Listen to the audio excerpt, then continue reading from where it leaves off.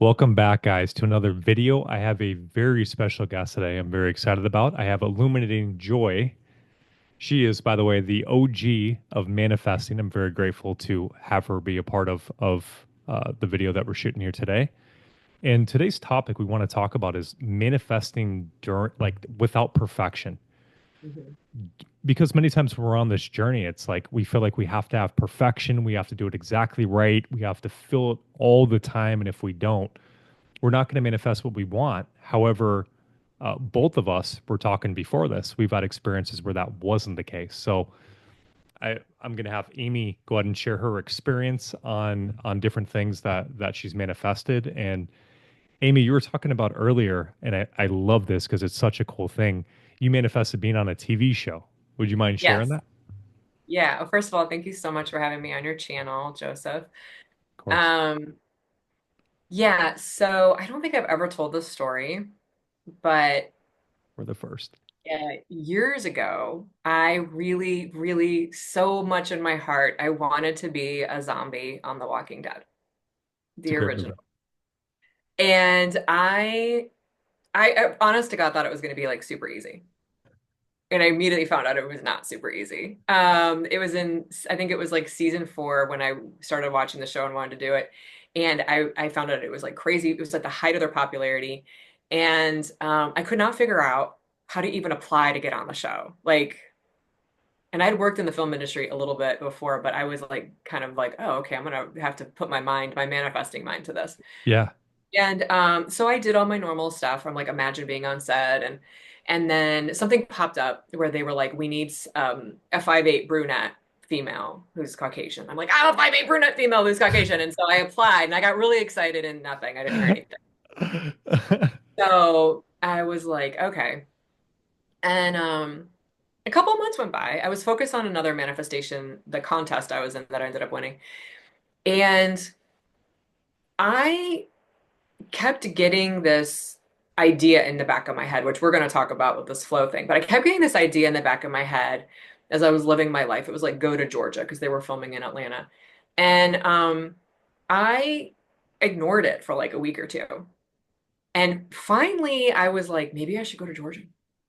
So I have a family Okay. member who lived 30 minutes from the studio there. I called her. I'm like, can I come stay with you for like 3 days? I'm like, I'm going to get on the show in 3 days.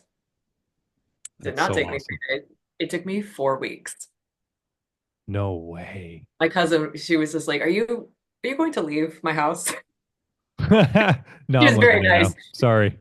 But Free rent. so I drive down there. It was a 9-hour drive for me. I get there. And then I got another idea that if I figured out how to submit finally. And I'm like, if I email them and say that I'm within 30 miles, it might help my chances of getting on the show because in the film industry, sometimes they'll need someone for like a rush call. And that means they need you at the last minute and you can get there. So I submitted that. And in the meantime, I was having all sorts of things coming up, like the difficulty of it, and no, I can manifest this. And I was imagining it, and I was getting booked on other shows and movies and doing other things. But I remember not being in a perfect state of like, I wanted it. I knew I wanted to do it, but I could not hold on to the state of it's definitely going to happen or, Yeah. I'm doing it right or whatever. And I even had a couple dreams where I was on set but not working, and I felt like an outsider. So I was trying to like navigate all this different stuff in my mind was coming up about like how to make these adjustments in myself. And I even thought like, oh my God, I'm bothering them Mm, by applying. So I had to work through that and realize no, they're literally in the market for hiring people. yeah. So I had all this stuff coming up. I talked to so many people about it. Anyone who would listen because I was working in the film industry down there while I was there. And, I was not in a perfect state of anything. So, long story short, um, the most interesting thing happened. I realized like I must be a match to getting on the show because I was getting on all these other shows. So I had this realization. I was able to visualize being on the show. By the way, I was doing a bucket list. It was like a one-time event. So when I ended I worked on it. And when I did my first day at the end of the day, they asked if I wanted to come back the next day. And it turned into 4 years of my life. Wow. And I ended up That's on the so cool. show, the original for 4 seasons and then a spinoff for two. So 6 years. Anyway, so I had all these different thoughts like, why isn't it happening? I was very focused on the circumstances, excited, disappointed, all the stuff going on. And I think it was like a Saturday. I was booked on a movie that Monday, and my cousin had kept saying like, "I love you. How much longer are you going to be in my home?" You said 3 days. And I was like, I need to go home, you know? Yeah. And so I went for a drive. And I have actually an older video about like the radio game because of this story. And I was out in the drive in the country, and I was thinking like, man, I want this so bad. Like I really want this. This is like a thing in my heart that I've always wanted to be a zombie ever since I saw Resident Evil years ago on Great TV. show. And I was upset. And I remember being like, God, like how could you do this to me? I just want to be a zombie. I was Yeah. not happy. And I'm like, give me a message. And I turned the radio on, and the song, I'd never heard the song in my life, came on. And it was something like, hey, little girl, I see you. You did a good job, but it's time to go home. Like the lyrics were like off the charts accurate for my situation. I just started bawling in my car. I think I had to pull over. I was like, oh, because I felt seen by God or something. I don't know. Anyway, but I felt like, you know what? I want this so bad. Maybe it'll happen later. Maybe it's just not going to happen right now. And so I didn't feel great, but I went back to where I was staying, and I'm like, I told my cousin, like, I will leave on Tuesday. She's like, okay. Sunday night, the movie contacted me and canceled me. They didn't need me on Monday anymore. And I was like, oh, but I wasn't in a rush to leave. So I was sitting on a Skype call. By the way, Skype is about to disappear. I don't know if you know that, but I did not know that. yeah. I was sitting Interesting. on a Skype call with a friend of mine who knows about manifesting. I was literally in the moment being like, I do not understand why this hasn't manifested. I have done everything right. I want this. Like, is it that I'm attached? Is it that I'm this? Is it that I was kind of venting? And as I'm venting, my friend was just like, okay, yes, I think it's okay. You're gonna be fine. Like trying to be like really nice. I flipped over from Skype to my email, and there it was. Can Mm, you come in on Thursday mm. from the So I was not in a state of bliss and joy when I got the email. I didn't Yeah. stay in that state. I cried. I was like, God, like I did all sorts of things, but I kept returning to, that I'm going to focus on being on set. I'm going to focus on being on set. Yeah. Yeah. That's so cool. That's so cool.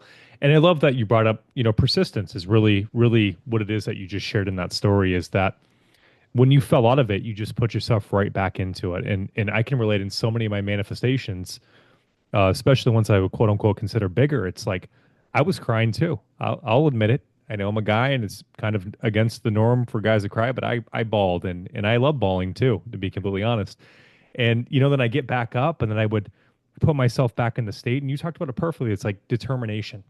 Yeah. And the other thing I hear so often also is like, oh, this deep desire is a bad thing. I've heard that so many times. It's like, oh, the desire is the promise, but it's a bad thing if you stay there. But I find that like that deep desire is actually what propels me. It's what keeps Yeah. me going in that direction. It's what keeps me persisting. It's what keeps me overcoming myself.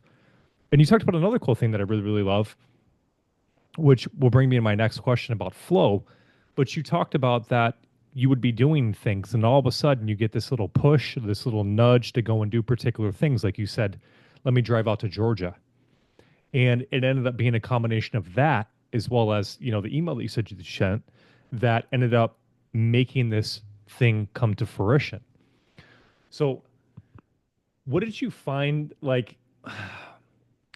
And we talked about this earlier, and I love that we talked about this, is that when we're new, we don't have any experience. We don't know that flow necessarily will or won't work, right? Yeah. We've never experienced it, so it's hard for us to trust something that we don't know. Because I know for me, I was like, I have to keep affirming for this. I have to keep making this happen. I have to keep having it in my consciousness. I have to keep doing this thing. Otherwise, how could it possibly end up creating? What Yeah. was like your experience with that from where you started out? Obviously, I mean, you've been manifesting for a very long time, but how have you found, flow or mental diets? Has this helped you a lot on your journey? So, I didn't know what a mental diet was Yeah. at this time. So, like, thank God. Yeah. I would have been very upset with myself because I did not stick to a mental diet during that Yeah. manifest. And the contest was right before it. So I manifested winning the contest and getting on The Walking Dead like 8 weeks apart or something. So Dang. it was like two pretty big ones for me.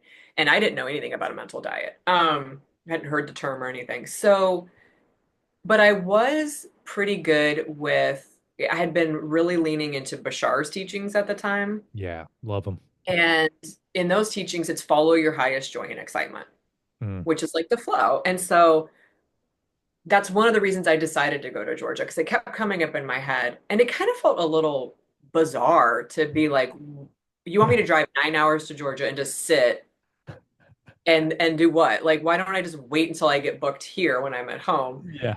But it kept coming up and coming up. And I was like, well, I could see my cousin and maybe I could work on a different show. And there was Mm. another show that I wanted that was filming at the time. And I got that show. I think I arrived at her house. I drove down there on Sunday and they posted Sunday night for this other show. It was Drop Dead Diva. I thought it was a cute show at the time. That's a cool name. And the next morning, I had just gotten there. The guy called me at like 6 a.m. and he's like, can you get here in 25 minutes? And I was like, what? And he's like, 25 minutes, can you be here? And I was like, yeah. And so Wow. like the first day I was like, I'm already on Drop Dead Diva. Like I'm already, and then, Walking Dead took another 4 weeks. But It's so awesome. but the flow was like I trusted it because I was listening, not trusted it, but I had already been putting it into practice for other manifestations to follow my highest joy and excitement Uh, from first teachings. And I'd had experiences, but the first time I did it, I didn't trust it. I was like, I'm just going to see what happens. yeah. Yeah. That's so cool that you said that because it's the first time that I manifested my wife, it was very much like that. Like I knew about manifestation and I manifested like $5 or $10 here or there. But thinking that I could do quote unquote these bigger manifestations, I wasn't fully bought on the idea that we were all God experiencing itself through a different manifestation. It just sounded crazy to me. But it was funny because the two things that drove me is one, a very, very deep desire. Mhm. And two was just I've always been very hard headed, which I looked at as detrimental growing up because people would tell me that it was. But it's funny because now it's one of my greatest strengths is that I am very persistent. And it's like if there's a way, I will keep doing it and I will keep doing it and I will keep doing it. And through that experience of doing that, I had so many different insights. Like I was not able to visualize. And this was something that's so many people talked about with like these success stories and I just couldn't visualize. I had that I forgot what that word is, but it's like where Oh, you can't and Fantasia or something. thank Yeah, I you. know what you're talking I had that. So it was like I couldn't see people's faces. So I'm like, what am I doing? I'm screwed now. Then I was just sitting there in meditation. I practiced meditation, not like the Buddha. I'm not like, about. I'm just, I'm laying on my bed and I'm trying to clear my mind and stuff. And then a thought came to me, well, why don't you visualize with your eyes open? And I'm like, is that a thing? I've never read that anywhere. I didn't really see the part where Neville says that that's a thing yet. So this idea came to me, and then I go for a walk, and I'm staring at this tree, and I'm able to visualize so profoundly and perfectly, and it ended up being one of the pivotal parts of me manifesting. My wife was that ability to visualize with my eyes open, Wow. and I've had so many experiences like that where it's like I'm struggling and I'm crying, and I'm looking on Reddit, I'm trying to find success stories, and I'm like, I'm affirming I'm in a loving relationship all day long, and then like I'm crying 20 minutes later and then some other insight will come to me where it's like, hey, why don't you try this? Or hey, do this, or whatever it is. And it's led me to the conclusion that it's like the desire that you have. is the Father wanting to experience itself through you. It's a promise to you. Yeah. And so it's like almost everything that you go through is for you in some way, shape, or form. If you had like, do you feel like that's been very similar for you too? Is that even when it's like been hard or you're sometimes in the state, you're sometimes trying to get in the state, that you just get like these little, you're just always being directed that way. Like everything's conspiring for you. Yeah. I call them like little ahas or realizations. Yeah. And I've had a lot of them after like heavy crying. I think crying is not mentioned enough in the manifesting community. It's okay. It's okay. I've cried on all my big manifestations at least Lots of once. times. Um, yeah, so I have this, there's a Japanese proverb. It's fall down 7 times, get up eight. Hmm. And to me, that's what persistence is. Persistence is not like balls to the wall, like staying like, like trying to like maintain a focus. Um, it is determination. I read this book years ago. I was looking for a message, and so I opened a book, and on the page it said there's a difference between desperation and determination. Mm. And I realized, like, oh, I'm just a So determined true. person, Yep. because desperation has that, like, oh my God, I need it. Me, Yeah. I'm determined. Like, I'm like, this is my heart's desire. I am determined to bring this into fruition. Yeah. Um, so, but I'm trying to think if there's a single one that I didn't have this with. Hmm. But I'm pretty sure the majority, if not all of my bigger manifestations, I was waffling in and out. Some of them I never got in and stayed. Some of them I just was able to keep touching base with it, keep visiting the wish fulfilled. Yep. Some of them, oh, it was the contest. The contest was the only one that about 3 days before I found out I was the first place winner, I went into a state of knowing and stayed there. Hmm. But I called it a state of trust. And I was like, I know I won. But it was weird because it was like this total peace within me. But Yeah. the contest had gone on for 6 months. So it wasn't like I stayed in that state, Yeah. you know? Yeah. That's so cool too. Yeah. It's funny that you bring that up because my grandma had that same experience when she's now knows about manifestation by the time she did, and she was entering this contest with like 20,000 people or something like that, and she somehow did something. She said she didn't know what she did, but she just went to the knowing that she was going to win. It was on the radio station, and she just knew that her mom, she was going to gift this to her mom, and her mom and her dad were going to go on a trip, and it ended up happening. But that's such a rare occurrence. I feel like where it's that deep knowing stays there with you for most of my manifestations. It's been like how you said, where it's I'm in it 1 second, the next second I'm not, and then maybe I go into it later, and then I'm not in it.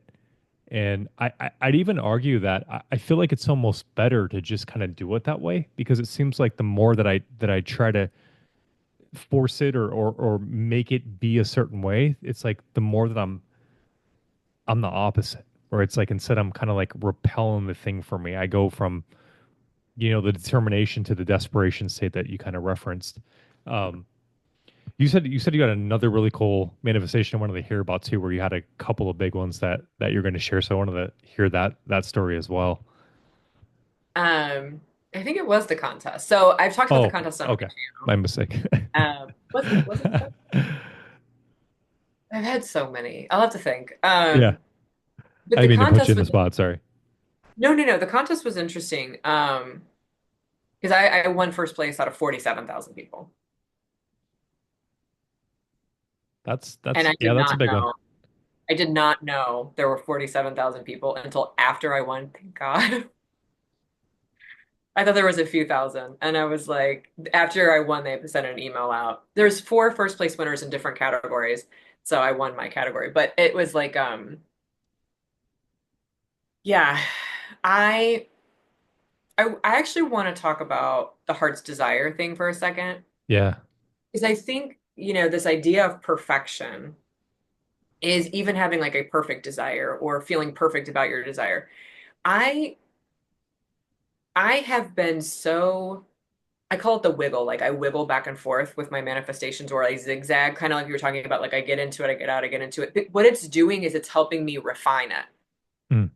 And I'm visiting the state and I'm able to like unhook from the old state, you know. I think Yeah. Frederick Dotson, I'm jumping all over the place, but I think Frederick Dotson in his book actually does it as a technique where he's like shift deliberately from one to the other. Because when you do that, you gain control over it.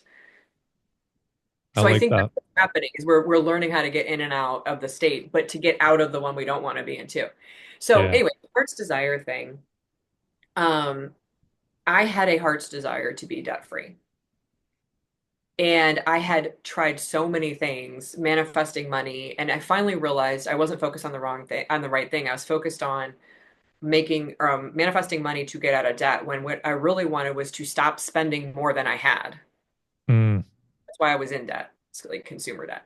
And when I did that, I was able to start focusing better. So first of all, it was like problem solving, not actually focusing on what I want. Once I got clear, it became everything started to line up very easily. And within a couple of months of doing that, the contest appeared. Now, what was interesting is, and this is where I feel like we're not alone. There's a part of us that the father inside of us, right, that knows what it's doing. Yeah. Contest arrived in my email on my birthday. And I remember showing it to my mother. And I said, Mom, look at this. It was a contest for $15,000, and I needed about $15,000. And all of the things that you needed to do to qualify to win were things that I am like crazy good at. Like everything was in my wheelhouse. I was like, I kind of thought it was a joke. I'm like, did one of my friends like make this up and send it to me on my birthday? But I'm like, I can win this, right? But I was already working on my desire before that came. Mm. And then it was 6 months. I had to do a bunch of stuff and in the contest around my debt because I get to pick whatever I wanted. So I was working on my debt and it helped me focus. And while I was, so the contest actually helped me to retrain myself about how I spent. And the reason I went into the state of knowing on this particular thing was because I knew I was no longer someone who generated consumer debt. Mm. But I had 6 months, I had to work on it for that amount of time. It was like three Mm. months in the contest and a couple months before and after. Anyways, long story. But so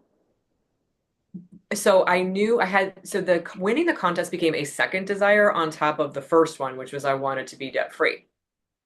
And I didn't really have the strong desire to win the contest at first. It wasn't until it got closer in that I'm like, I can actually win this. And then it was like, you're not gonna win. Like like that thought was like, I'm not gonna win this contest. There's thousands of people in this contest all over the world. And I was waffling, and I remember, I don't know if you've ever had this, but I had my mom, who was my biggest cheerleader during this manifestation. That's so cool. And she was like, you can win. And I was like, really? She goes, you can win. She believed in me. And she didn't like say a whole lot, but it was just the idea that she believed in me. Mm. And I ended up winning. I don't know. I'm like rambling. But my point is like there was a lot of different moving pieces. And so I was like working on the contest and working on the being debt free, but also like how do I win? And I zigzagged so many times. And oh, I'll tell you this. So there was a semifinal round. I don't know how many people were in the semifinals. And then we went to the finals, and there were 5 people in the finals. And so I was so excited I got picked for semifinals. I submitted all my paperwork that I needed for them to qualify. And I had to pick my own goal that I was going to be debt free. I was going to pay off a third of my debt in 90 days, and I had to prove to them that I did it. It was like a New Year's resolution transformation type of contest. And we're on a big forum, and everyone's going to be like, "What is the point of the story?" I am so sorry. I've been rambling. There's the No, point. it's been cool.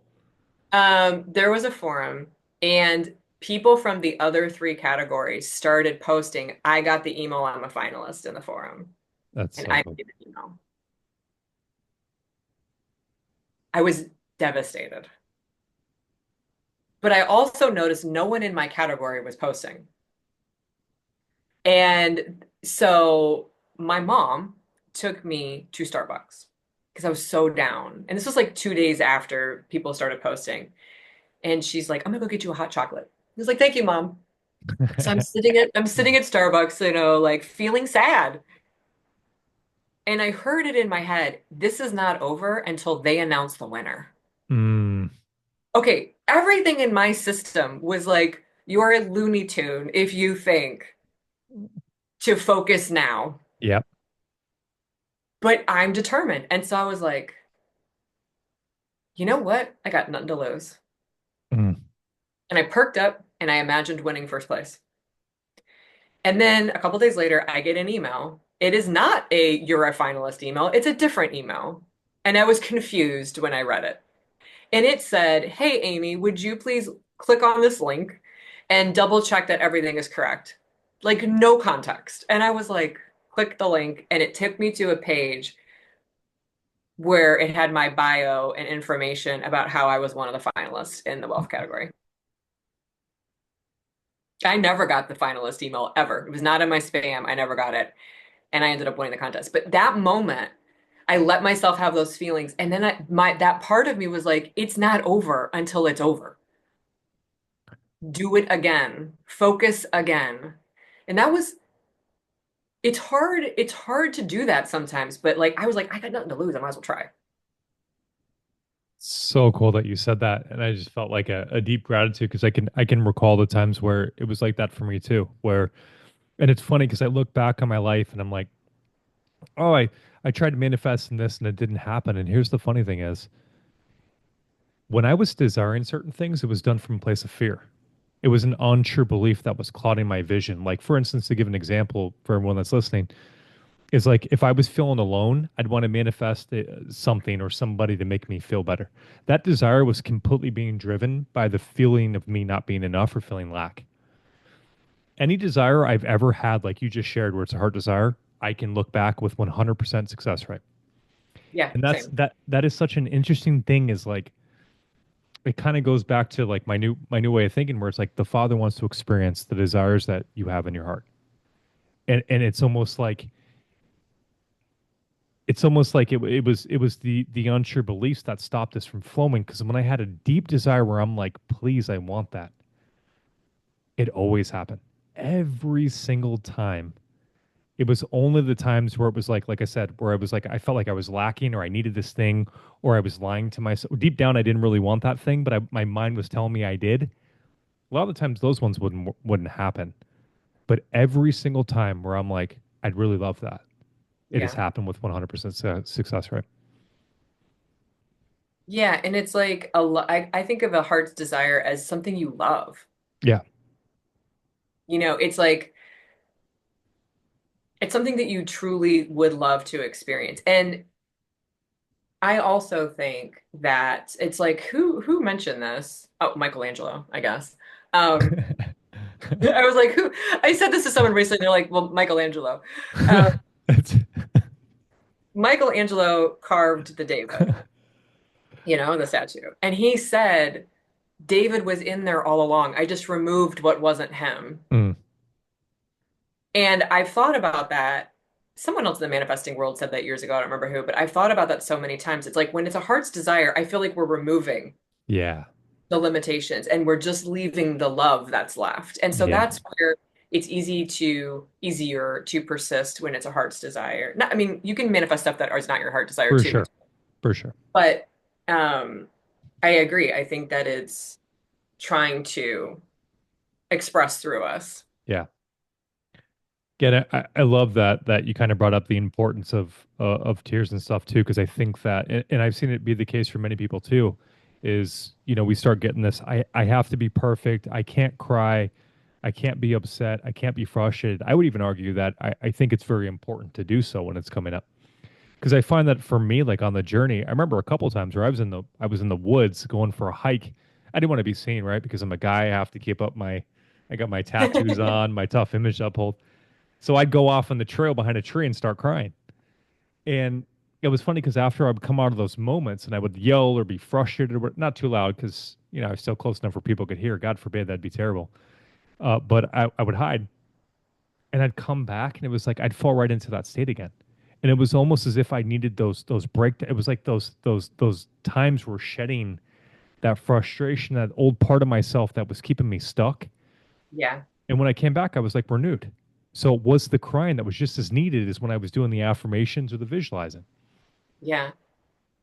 And can we be so bold as to have people comment if you've successfully manifested something that you cried about, like leave it in the comments so other people can see it because people are so afraid of their negative thoughts and their emotions. And it's that was one of the biggest things as a game changer for me was realizing I don't need to eradicate these things. I don't need to be perfect.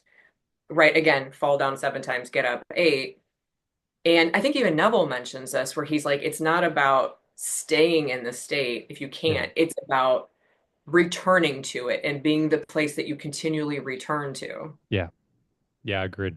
I Agreed. also feel like that man probably I don't know, I feel like he just had a confidence that doesn't exist anymore, right?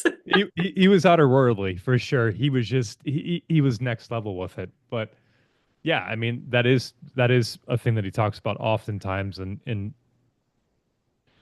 it's funny because I've had a couple manifestations that did take some time. People go, "Hey Joseph, because you talk to people about this and etc. Do you manifest everything like next day?" And it's like, I wish I could tell you that, but I still do have times where emotions will come up. I still have times where my thoughts aren't ideal that day, where I'm having a bad day, or I feel tired, or I'm frustrated, and I'm still a human being. I still have times that are tough.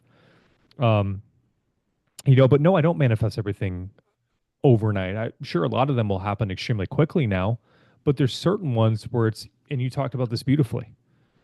Like I believe the moment that I have the desire to do it, and then I affirm or I visualize that I have it, to me, it is that way now.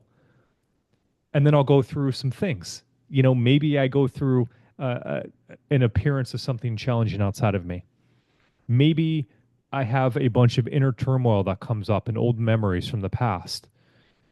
It can happen in so many ways. Obviously, only the Father knows.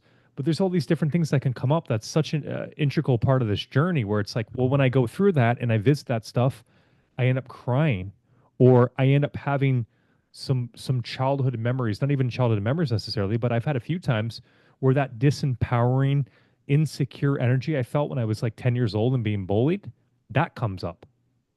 What that has to do with my manifestation at that time, I have no idea. But I find later it's like that was an integral part of me releasing that stuff. As you said, I'm not becoming any different. I'm releasing these parts of me that I felt like I forgot about, but apparently are there on some level, and I'm releasing them. I'm letting them go, and it's a necessary part of me reaching that manifestation. And so Mhm. that's been a big part of it for me. Is like, yeah, I'm struggling. Yeah, I'm doing it. But as you talked about so beautifully, is like I'm releasing that broken part, that scared part, that part of me that keeps taking me out of the state I want to be in, or me seeing myself as that person now. That is so integral for me to have those moments and allow myself to just be where I'm at. Yeah, and I love that you said all that because sometimes I think of it as, especially if it's like an older thing that pops up, I am equipped now to handle it and respond to it in a loving way, whereas I did not have those tools then. And so Yeah. sometimes I feel like things like that come up so that I can actually heal that part of me Yep. or integrate that part of me or love that part of me, whatever word people like to use, right?